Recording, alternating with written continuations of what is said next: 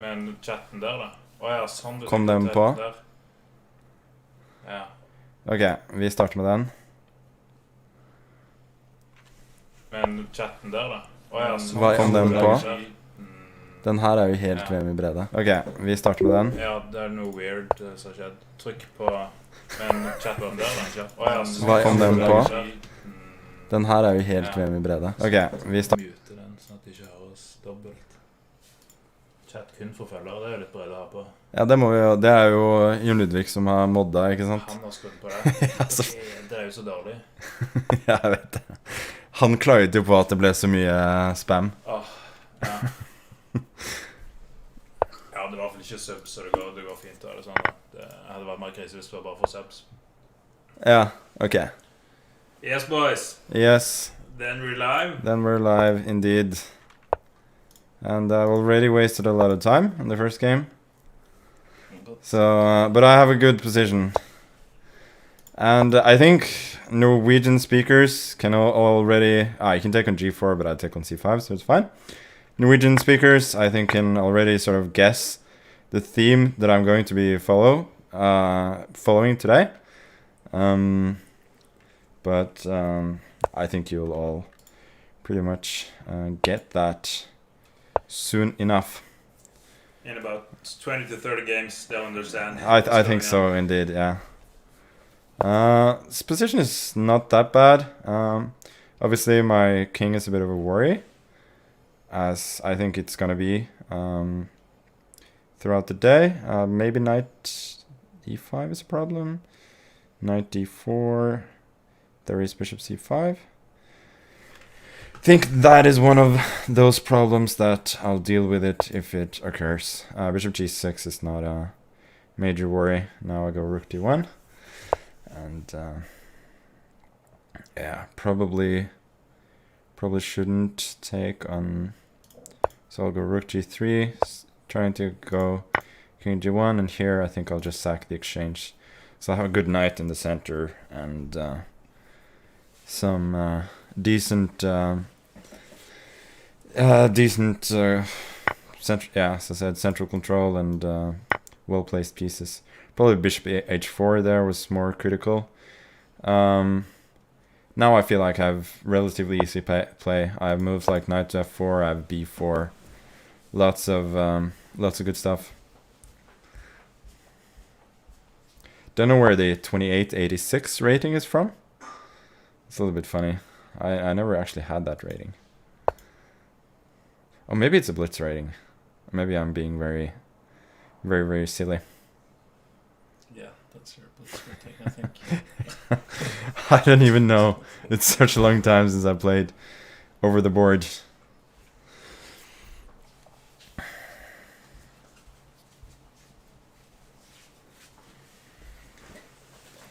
At least my opponent is thinking quite a bit now. It's good for me. I'm just gonna continue to play positional moves, strengthening my position. I am down in exchange, but I have a pawn for it and well centralized pieces, so I'm not in a hurry to sort of force things. And now I think he may have... Oh, he's threatening c2. Then I need to be a little bit careful. Go rook d2. I think knight f3 is never dangerous. With the kind of centralization that I have, I don't think such sacrifices can be successful. Now knight c7 is a threat as well, which as far as I can see he didn't deal with. Bishop h3, there's queen g5. So I'm not sure that I gain a lot by... Also there's queen e5 now, so I don't actually gain anything from interposing that. So Greek opening run, somebody says in chat. Yeah, something like that. I'm gonna start an educational series with the Greek opening. Yeah, I'd buy that course. Yeah. I think it's all about really how you sort of continue. Little trick here, knight f4, knight f6. It's all about how you continue after that. Especially in blitz, almost any opening can be at least kind of playable as long as you follow up well. So here I'm just trying to, now that I'm up material, trying to just be as solid as possible, exchange pieces when I can, and obviously with his time as well, he has absolutely no chance. Knight c8 now, should win even more material. Take we have Chessbra in chat, tuning in to learn some openings. Yeah. If it's Eric, I mean, I've seen Eric play, and he certainly has something to learn from the Greek. So it's definitely recommended for players at any level. I think I'm gonna go for a pretty modest setup here. Well, modest, but when I'm offered free pawns, I will take them, obviously, most of the time. And it hurts my eyes, though, that I cannot castle. But what can you do? I guess I'll go run away. Probably h6, king g8, king h7 eventually. And it's all gonna be hunky-dory. So he actually makes a very good move here, anticipating my plan. So I guess I'll go king g8, and probably after g4 I will not play h6 in order not to give him a hook there. So instead I'll go for b5, sacrificing a pawn, but gaining a lot of good squares for my minor pieces. It should be noted that one of the key points of my strategy here is that his bishop on e3 isn't very good. With the pawn structure that I have, it's very unlikely to find decent work. So I think even with my admittedly somewhat dubious king's position, I probably have a good position here still. I could have perhaps gone for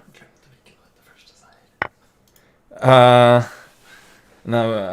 etter liksom veldig gode seire. Jeg trenger ikke å kjøre etter hver.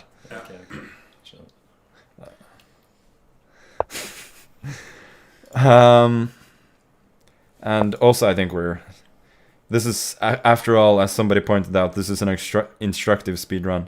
So I'm trying to play instructive, good positional chess rather than trying to win by cheap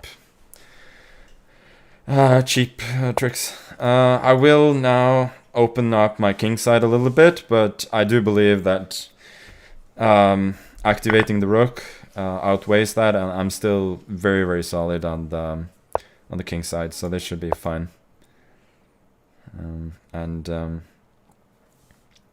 I created one threat taking on h4, and then I created another threat taking on f3. And according to Gary, if you make 10 threats in a row, your opponent is gonna blunder eventually. So now I've made 3 threats. Now I have another one of queen b1, so that's 4. So only 6 more, and I'm gonna win the game for sure.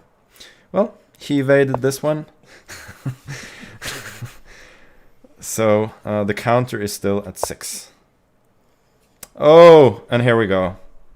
So no cheap tricks, but beautiful tactics. They are allowed, even if they are fairly simple. But this is a nice one still. Bishop f2, knight f4. Obviously, is the problem. You didn't even have to make 10 threats. No, sometimes. 6, 7. Yeah, sometimes it's less, obviously, but 10 threats in a row guarantees it. Okay. But the average is about 4.5. Yes. Okay.